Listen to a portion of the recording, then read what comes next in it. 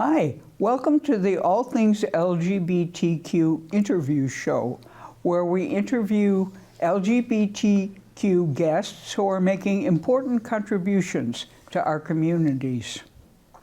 All Things LGBTQ is taped at Orca Media in Montpelier, Vermont, which we recognize as being unceded Indigenous land. Thanks for joining us and enjoy the show. As is becoming the tradition on All Things LGBTQ, we like going back and visiting old friends to see what they're up to and remind us of all the wonderful things they're doing. And Willie and Greg are definitely two of those people. So let's talk about what's happening at Moose Meadow Lodge over in Duxbury. Welcome. Thank you, Keith. Thank you, Keith. Nice to be with you again. Oh, it's so nice to have you back. And I keep getting invitations from you all from different sources. So there's lots of stuff going on. But what I want to start with is, let's refresh people as to Moose Meadow Lodge. Yeah. What is it you have to offer? And how is it that the two of you came to be there? So, and you can try that in whichever order you would like. Okay. Wow. Well, first of all, we've been here 29 years. Is that possible? We moved here from DC in 1996. Greg was working for a company that moved him up here, and he asked me to move with him to Vermont. And I said, I don't think so. It sounds like a cold place. I've never been there. But then when I came to visit, I loved it. And I said, you know what? If you want me to move up here, why don't we find a house, a property that we can turn into a bed and breakfast? And that's what we did. And over the years, we've just been building the business and getting more involved with the community, renovating and all that kind of fun stuff. But it's hard to believe, it's been 29 years since we moved here. We officially opened in 1998. Mm-hmm. And so my plan is to retire. Speaking of old, my plan is to retire by 2028, which would make it 30 years that we've been in business. Yeah. Oh, okay. So you decided you wanted to run a bed and breakfast. Had you ever done anything similar to this before, or was this a major life change and we're going to try something totally different? Yeah. Yeah. Every place I've lived, I've always rented out rooms where I lived. And when Willie and I first met, every time we would travel, we would stay at a bed and breakfast. And in the morning, after you have breakfast, we just sit around, relax. And as we're sitting at these other bed and breakfasts 30 years ago, we'd say, if this was our place, what would you do different? And we just talked about that. Well, then fast forward to 1996, when this small company called IBM transferred me to Vermont. That's when we decided, you know what? We've enjoyed bed and breakfasts. We're young enough, why don't we buy a private home and renovate it the way we want it to be and open a bed and breakfast? And so that brings us, up to today. Yeah. And so as Willie mentioned, we've been open for 29 years, or officially open for 28 years. And it's been a joy. We've enjoyed all 28 years. Okay, so we will download the pics from your website so people can get a sense of exactly what you all look like. But how is it that you found this incredible cabin and then decided, we could do something with this? Well, Greg forgot to mention that we met in a gay-owned log home bed and breakfast in the mountains of West Virginia. So, and then we have stayed in other log cabins in Alaska and Idaho. So that motif, that aesthetic has always attracted us. So So we specifically looked for a log home, and we found a great realtor. We gave him our list of what we wanted to do if we found the right property. And this was the first property he showed us. But it had so much work. It was a log home, which is what we wanted, but it had so much work. It didn't even hit the radar of, yeah, this is something I'd be interested in. So we actually looked for 3 months before we came back, looked at this a second time, looked at a third time, and then we decided, you know what? This has the most potential, has the most work, but we decided to put an offer here. But in our travels, we had ideas of what we would like to do and what type of decor and motif that we wanted. And that's why we've ended up with what we have. And people say, well, how long did it take you to create what you've created? And I tell them, well, 29 years, because we're still not done. It's not like we did. As you live in a place, you get a feel, and then you start getting creative with what will work, what you think will look nice, what we think the guests will enjoy. So Greg is really the decorator, the designer, the guy with the vision of what this place should look like. I'm just the housekeeper. I keep things dust free and clean. You know, we have division of labor.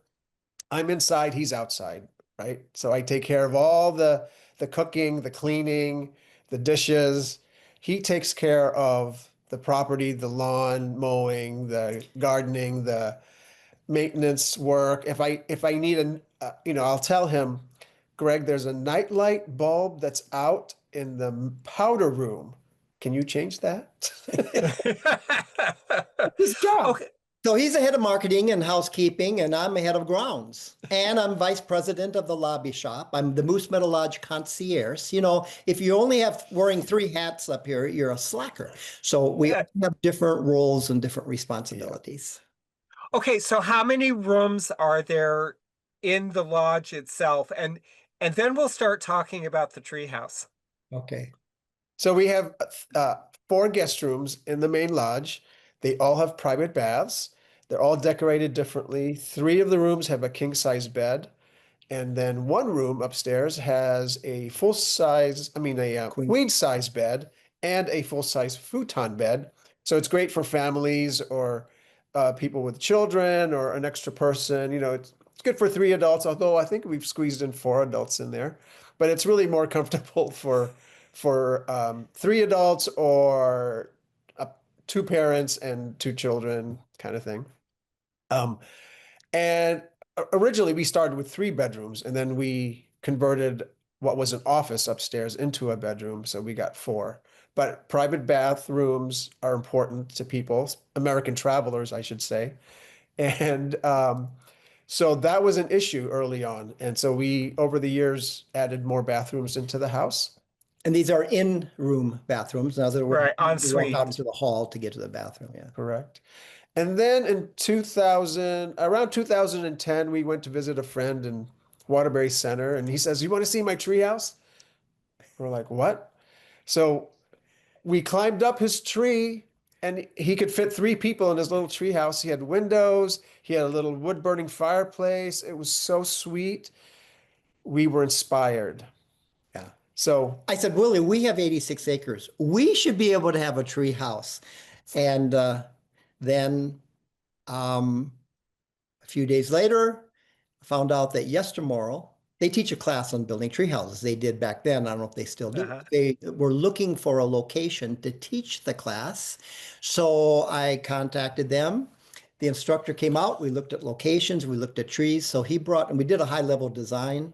And then he brought the class out to teach the class on site on how to build and attach the treehouse to the trees, the infrastructure.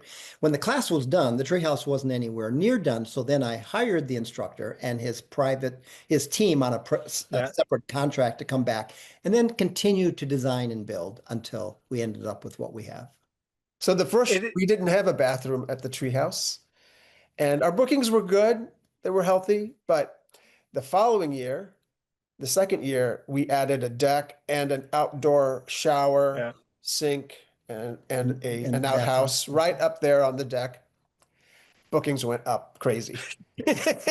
I'm telling you, American travelers like their private bathrooms. Oh, absolutely. And in That's well, good.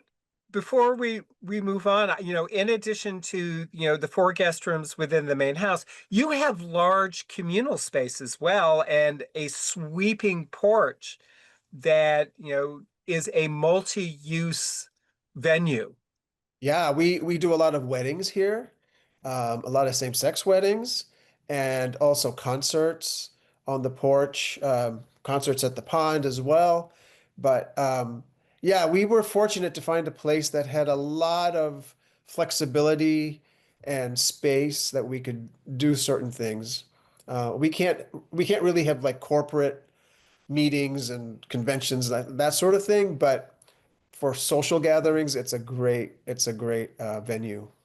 And the Now, deck is big enough so that we specialize in smaller weddings, anywhere between 2 to 30 people. And the deck's big enough, weather's not good, we can still have it outside on the deck. and I want to say you also have an observation cabin that's up on the top of the ridge behind the lodge itself, correct? Right. 3/4 of a mile hike to the very top of the property. We have a 12-sided gazebo.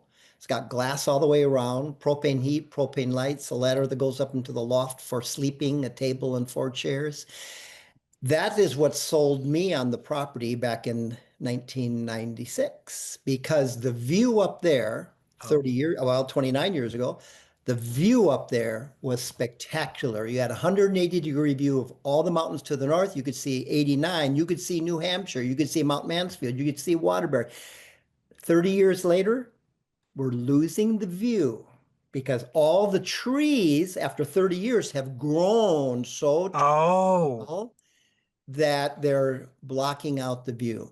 The view is really nice in the winter when the leaves are gone, but now all the trees out in front, and we're talking big maple trees that are just starting to, but the sky loft is still up there. We call it the sky loft. This okay. people, It's still beautiful. It's a still great hike. a You nice, know, it's yeah. it's a time to be with nature and being in a serene, isolated place. Yeah. So Yeah. I have a wonderful story that I share with people with, one of the first occasions when I came to Moose Meadow to do a civil union that was at the Skyloft. Oh, And really? well, and I don't know if you remember this, one of the grooms wanted to sing their vows. Yes, I remember And this. and I was sort of, well, okay, this is your ceremony, whatever, but as always with a great deal of trepidation. What he didn't tell us is that in addition to being an attorney, he had auditioned at the Met and sang this aria in German, that there were just people randomly hiking that stopped, and one of the women burst into tears. It was just so Wow. moving. And you looked past them out until that incredible panoramic view. Yeah. But so you have hosted some incredible events. You're not only a resort, you're a community asset. Can you talk a little bit about, Willie's like, well, maybe a little. Yeah, let's talk about Eleville Players and the Vermont Philharmonic and, the musical events and the events that you sponsor at Moose Meadow. Talk a little bit about your involvement in the local community. Sure, sure. So I'm a trained violinist, and I paid my way through college playing the violin. I'm very involved with the musical community here in Vermont. I play in the Vermont Philharmonic, and many years ago we started hosting the Vermont Philharmonic Pops concert. So Moose Meadow has become their summer Pops concert home in August. It's always the second Sunday in August. So this year it's August 10th. Um, I also founded the Eleva Chamber Players, which is Central Vermont's only professional chamber orchestra. We're about 16, 17 musicians. And this is our 20th anniversary. And to be able to say that a musical organization that I started has lasted this long, um, it's just a testament to the community and their support. So we have just so many wonderful patrons. And um, I just want to mention, as part of our 20th anniversary this year, Eleva has invited Counterpoint. I don't know if you've ever um, interviewed Nat Liu, who's the director. No, I He's the haven't. husband of Jason Lorber. He's Oh, okay. Yeah, so you should interview him sometime. He's a wonderful personality and talent, great talent. Anyway, he has this wonderful group called Counterpoint, and they're the premier chamber chorus in Vermont. So we're partnering together to provide this concert that I know is going to be very special in November. So, and then the other major musical event we have here, and it's coming up on July 21st, is Broadway in Vermont. So, um, a friend of mine is a Broadway actor, performer, Merritt David James. He approached me in 2020 because all the actors and performers on Broadway were not working. And he says, can we do something outdoors at Moose Meadow? And I thought about it and I said, well, we've got 2 months to plan it. Yeah, let's do it. So we did it for the first time in 2021. And it was such a success that he's now doing it in other places around Vermont. And every year they come here to Moose Meadow. So July 21st. Yeah, originally when they came for the first time during COVID, we did this. We thought it was going to be a one-off. We're going to let the performers come up here, give them something to do since they're not working on Broadway. We thought it was going to be a one-off, but it was such a huge success, and people just wouldn't stop clapping. And Merritt was so gracious as he's thanking everyone, and just what a treasure it was that night. And he said he's not just thanked everyone, but he says, we are so excited that we're looking forward to seeing you again next year. Willie and I are standing in the back, looked at each other. Did we just commit to next year? Because this was going to be a one-off. So I guess we committed. Well, I was going to say, anyone who is in the performing arts, when you find a venue and an audience with whom you connect, and there's that exchange that goes back and forth, you keep coming back. That's a moment in the theater that everyone waits for. So, okay, so that's an incredible amount of events that you all are sponsoring. Can I access them by going on the Moose Meadow Lodge site? And then there will be links to, and these are all of the other things to which you can attend. On the homepage of Moose Meadow Lodge. What's our meadowlodge.net or .com? Yeah. He's new here. I was going to say, when you reach 30 years, maybe Greg will get it down. Hopefully. Yeah. Hopefully. But and you can get information on tickets and reservations for the events there. And we want to thank you for coming to a lot of our musical events. And, Yes. To see you coming to see Eleva perform in the Round Barn or at the church in Waterbury. But I also want to thank you and publicly thank you. You are the one that actually got me started in officiating weddings. Oh, You were the only officiant. You were the officiant the first couple of years, because I wasn't the justice of the peace that would come and officiate civil unions for us.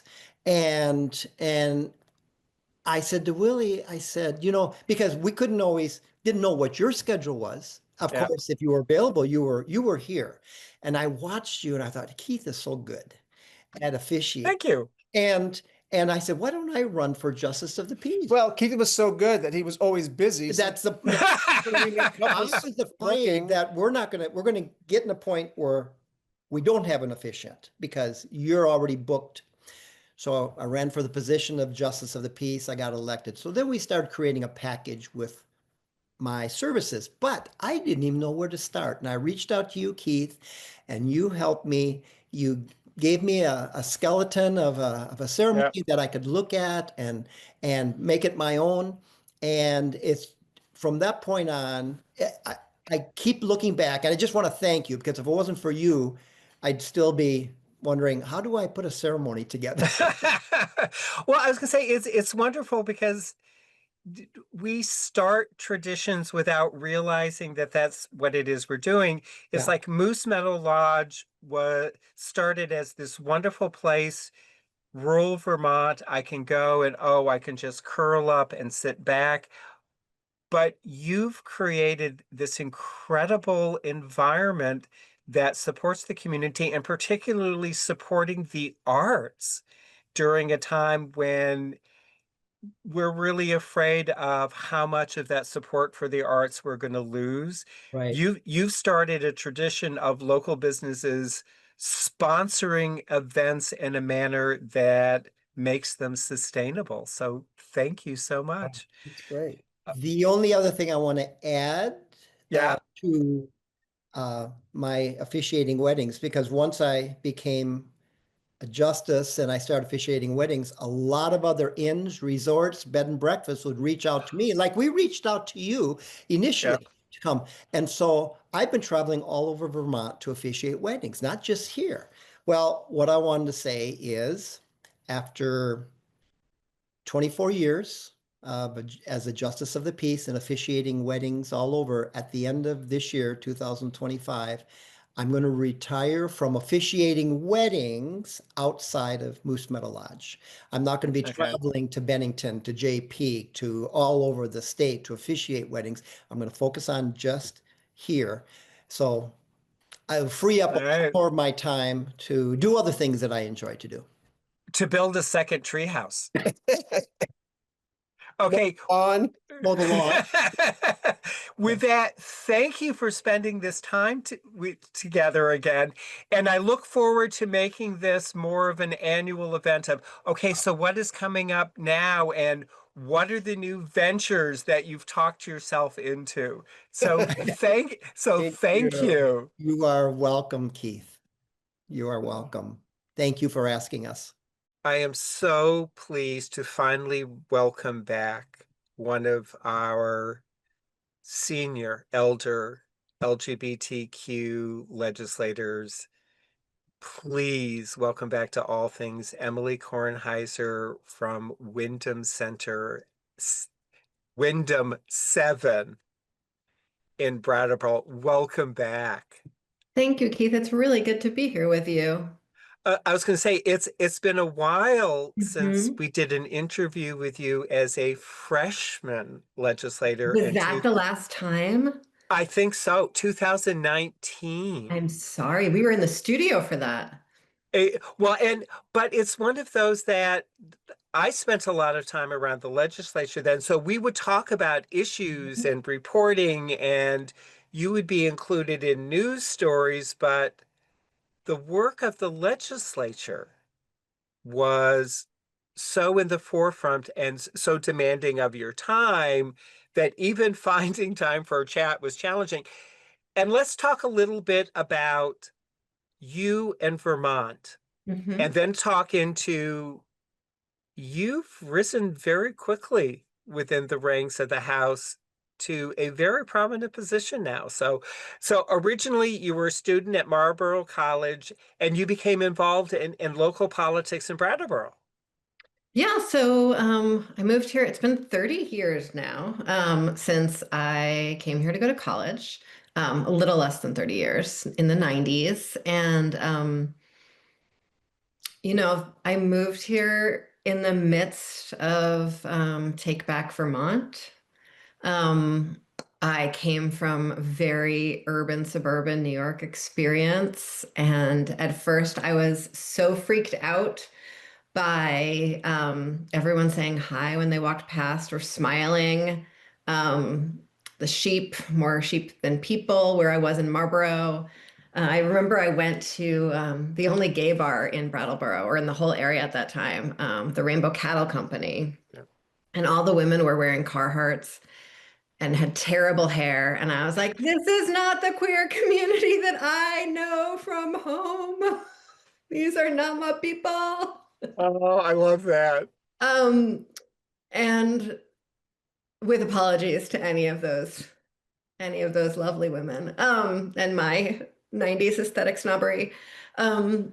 And then I fell in love. I totally fell in love with just everything that is possible here and how much people take care of each other and the fact that we're able to have conversations with each other. And I've left a few times in search of an education, but I raised my daughter here and I'm, yeah, so glad to be here still. Okay, so what was the original impetus for you to decide I want to do more than just sort of local activism, local Mhm. work? I think I want to go to the legislature. What brought that about? So I've always been a government nerd. I went from sort of in the 90s, right, as I described, really intense activist, more of sort of an anarchist than anything else, to really believing very deeply in the power of government to make a difference in people's lives. And so I worked for the federal government, I worked for state government, and I felt like no matter what I did, I was just hitting my head up against a brick wall to make a difference in people's lives.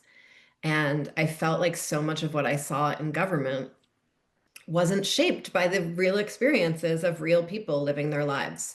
Um, and I wanted to make sure that whoever was representing Brattleboro, a community that I loved so much and I love so much, understood how wild it is to live here and how many different experiences people have here and how hard it can be to make it work.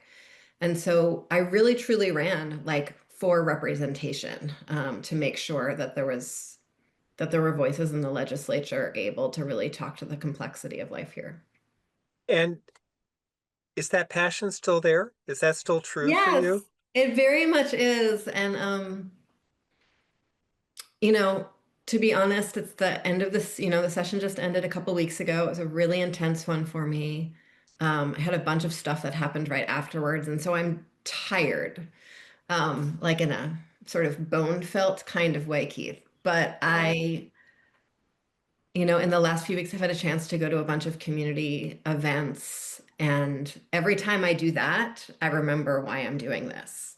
Um, every time I talk to a constituent, I remember that, like, I'm in it to make sure that what we're doing really sort of reflects what people need. And you're still very active in the Brattleboro community, so that the people for whom you represent, you really continue to hear their voices, know what their issues are, so you have a sense of how to craft a solution to the challenges that they're facing. Absolutely. And a lot of that, it's a small town, so a lot of that happens at the grocery store or the farmer's market. And then another handful of it happens at official community meetings. Yeah. And don't underestimate the impact of recycling and dump day. To hit. Well, we actually have municipal pickup here. So I am one of the few representatives that does not go to the transfer station to hang out and talk to my Oh, constituents. I was going to say, because that's usually where you see the greatest cross section of, okay, so this was a very intense session. And one of the things that about you and your legislative career is you've risen up through the ranks of leadership actually quite quickly. And you're now the chair of the House Ways and Means Committee. Hmm. And that's just such a critical and pivotal role in what the legislature is able to create and produce each year. But for a lot of people, they really don't understand how budgets get created and how monies get raised. Could you share with us a bit about what it is that Ways and Means does, your focus for that committee, and how that's different than what appropriations might do? Yeah, absolutely. And it's funny, these two committees have those two words mean the opposite in other states. I was just at a conference in DC and it's very funny. So we always have to explain to each other what we mean by those, even like for the nerds who really do the work. So the Ways and Means Committee raises money in order for the state to be able to meet its needs and the needs of Vermonters. And so that taxes, fees, other revenue, really making sure that there are sufficient funds in the state treasury to do what Vermonters need of our state government and for each other. And so sometimes that's just, crafting progressive income tax policy to make sure that those who have the most are paying the most. Sometimes that's finding really cool tax credits so that folks, say parents of young children, can have money in their pockets to, at tax time to pay for summer camp or pay back bills or get their car fixed or, get their tires changed, whatever it is in the springtime. And then the appropriations committee, which I'm not on, that's the one who actually crafts the budget and says how they want to spend the money. So I really love Ways and Means because I get to have this big picture look at our whole state. Almost every bill that passes through the legislature has to come through the Ways and Means Committee because almost everything changes how much money is coming into the state. And so I get to touch everything a little bit and think about everything a little bit and get this broad bird's eye view of our work. And I get to think about, for me, and this is so nerdy, Keith, I'm sorry. I really truly believe that taxes are how we come together as a civilization. So we all have basically made this pact together that we're going to live together and we're going to take care of each other. And one of the most tangible ways we do that is by paying our taxes and say, like, I'm in to help meet my needs and your needs, and I know we're better off together. And so I try to make sure that our tax policy is sort of shaped towards that philosophy as best it can be. And this year in particular, you were taking on the education system in a way that we have delayed and avoided for way too long. So all of a sudden it was a critical.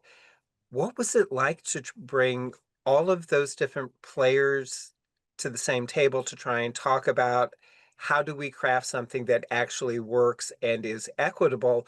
But at the same time, you had to work with the education system itself about how to make it more efficient and effective. So historically, we've had this really extraordinary system in Vermont where we essentially raise whatever money we need to meet the education system's goals. And that's really beautiful. And it meant that in some areas of the state, education was really fully funded to meet kids' needs. But because a lot of that was left to local decisions, there were some communities that didn't feel as open to taxes or couldn't afford higher taxes that didn't raise that kind of money for education. And that's true all over the country, right? So I grew up in an area of New York where there were some public schools that were like the fanciest of private schools. And there were some public schools that really, really weren't, right? Because it was all based on local property taxes. We had this really cool system in Vermont where it's not really based on local property taxes. It's everyone's pitching in for everyone else, but it was still based on local decision making, which meant it was based on local people's opinions about property taxes. And that meant, in some ways, a lot of the same results in terms of how much people were contributing and sort of how much schools were getting funded and how much difference there was in sort of property taxes year to year. And I'm really hoping, and the work that we did this year was a real attempt to sort of separate people's opinions about property taxes, people's real concern about having drastically increasing property taxes from how important it is to take care of our kids and fund their education. And so got to really be in the mix with some amazing educators, some amazing folks representing educators, and still sort of get down and dirty with like the nerdiness of grand lists and property taxes and listers and appraisers and all that stuff. So it was a really hard year because people have a lot of strong feelings about property taxes, about their homes, about where they live, and about what their schools mean for their communities. So it was, in our work, we're always sort of balancing politics and policy and people. And in any year, it's usually sort of 2 out of 3 that gets the most emphasis. But this year really needed like all 3 all the time, every day. I was going to say, as a former select board chair of a rural community here in Vermont, I appreciate the type of guidance that you all were trying to put in place to help us on the local level. So I want to circle back to a bit about representation, Mm-hmm. because one of the issues that has come up during recent sessions is about how we support and encourage people, particularly those who are usually underrepresented in our legislature, such as low income, working class, people with disabilities, LGBTQ, BIPOC members. One of the main issues has been reimbursement and benefits. Yeah. And I know this is an issue that for which you have a degree of passion. Do you want to talk a little bit about what needs to happen so that our legislature is not old, retired, gray people such as me? Mm-hmm. So we have a citizen legislature. That's what we call it. And I think that sounds really romantic and really representative. And I can really get behind that as an idea. But what that means in practice is that there's an expectation that the citizens will make their living somewhere other than the legislature. And I think at some point that was realistically true. We worked sort of hours that were opposite from farming. We had a lot of farmers. Um, the legislature ran much shorter sessions. There was much less work out of session, and people could really do that. At this point, for me, with the work that I do and the way I do it, I can carry a part-time job half the year.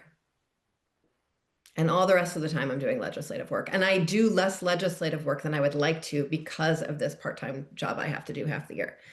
And so, what that looks like is one, the majority of legislators are retired. They're folks who can afford to retire. They're folks with solid enough retirements that they don't have retirement jobs. Or they're folks who have partners who make enough money to sustain an entire family. And that is a remarkable degree of financial privilege, both of those scenarios. The other scenario that's becoming more and more acute is that means that someone also has someone else to carry health insurance for them. And so that could be that person's on Medicare, right? And so again, we have a much older population of legislators because of that. Or it's someone who has whose partner has an employer that they can afford to carry family care on. And that is also increasingly rare. And so we get about $13,000 a year in salary. And it's sort of on a weekly basis. So if we're not in the legislature proper, we aren't compensated for that. So like town meeting week that we don't have the legislature, where no one gets paid for that week, even though most people spend the whole week in constituent meetings. And then we don't receive any health insurance or other benefits. And so for me personally, it means that I stayed in a relationship longer than I wanted to for the financial security of it, to be perfectly honest. And I hope that person doesn't ever watch this show. I don't think they will. I don't know if I've ever admitted that out loud. And it also means that I'm just under a like really remarkable degree of stress that is not necessary. I have no need to, make as much as say folks in Congress make, which is like, I think 150, 160 a year. That's well beyond the scale of what sort of the average Vermonter makes. But enough to pay my bills so that I can actually just focus on this really important work on behalf of Vermonters would make a big difference. And when I talk to folks who are thinking about running and folks who are truly representative of their communities, most of them can't figure out how to make it work financially, and so they don't run for office. And I think that is just a terrible shame. So we are not getting the most representative, the most capable. We're getting folks who can like make this wild thing work. And that's not what's right. It's not what's good for any of us. Would it be a major step forward, if nothing else, if legislators were included as state employees in a health benefit package so that you at least knew that you were covered for health care? That would make a huge difference. And honestly, like in terms of the state budget, it's something of a rounding error. Even if we were considered state employees at sort of like a low level state employee pay, that would be something of a rounding error in the context of all the state employees we have. There aren't that many of us. Um, and so, we passed legislation a number of years ago that would increase our pay a few years out. So the folks who were voting on it weren't the ones who were going to benefit from it, would have been the next legislative session. And that wasn't like a huge amount of money. It was, I think, half the median pay of Vermonters or something, but which would have been double what we make now. And the governor vetoed that bill, unfortunately, even though he is actually the second highest paid governor in the country. Interesting. Yeah. So talking about underrepresentation, hmm Vermont, in all of the national statistics, we have the most out legislators serving, and that's total numbers. That's not per capita. It's hmm we have the most out queers in our legislature. I did not know that. That's so cool. And I think we're like at 14 or 15, but with Mari stepping down from her seat July 4th, I need to go back and look at numbers and how we compare again. But how do we encourage more members of our very diverse communities to run for office? How do we support them? And as time allows, and we're running out of time quickly, how do we support you once you're elected into office? Because I think we all have this perception of, oh, this is a nice place. We don't have to worry about you. And I really don't think that's true. Yeah, thank you for that question. I'd say this last round of elections, we reduced our numbers somewhat, right? A number of queer members of the Senate left and were replaced by white male Republicans who are in the closet if they're not straight. And I think it's important to know that, while it's certainly a safer place than a lot of places, the legislature is like significantly more heteronormative than like the world that I live in down here in Brattleboro, in my community in Brattleboro. And it's like little things, like small businesses are called mom and pop businesses. And it's just like, but it really is. It's like, microaggressions, very rarely macroaggressions. And that's, we have sort of community and solidarity. I think we're at a place in the particular context of Vermont where when we're voting on issues around trans rights or sort of expanding benefits to various family configurations, folks are, for the most part, even if they don't agree, they're sort of embarrassed to be too loud about it. And that's good enough for me, Keith. We will take whatever comes our way. I will take that. I will take that.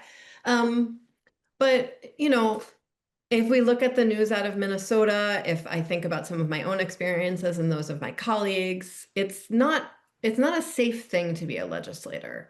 No. And any part of your identity, of my identity, that makes me more vulnerable to vitriol and to sort of white supremacist violence makes my work harder and scarier. And I have like a nice little stack amongst my identities.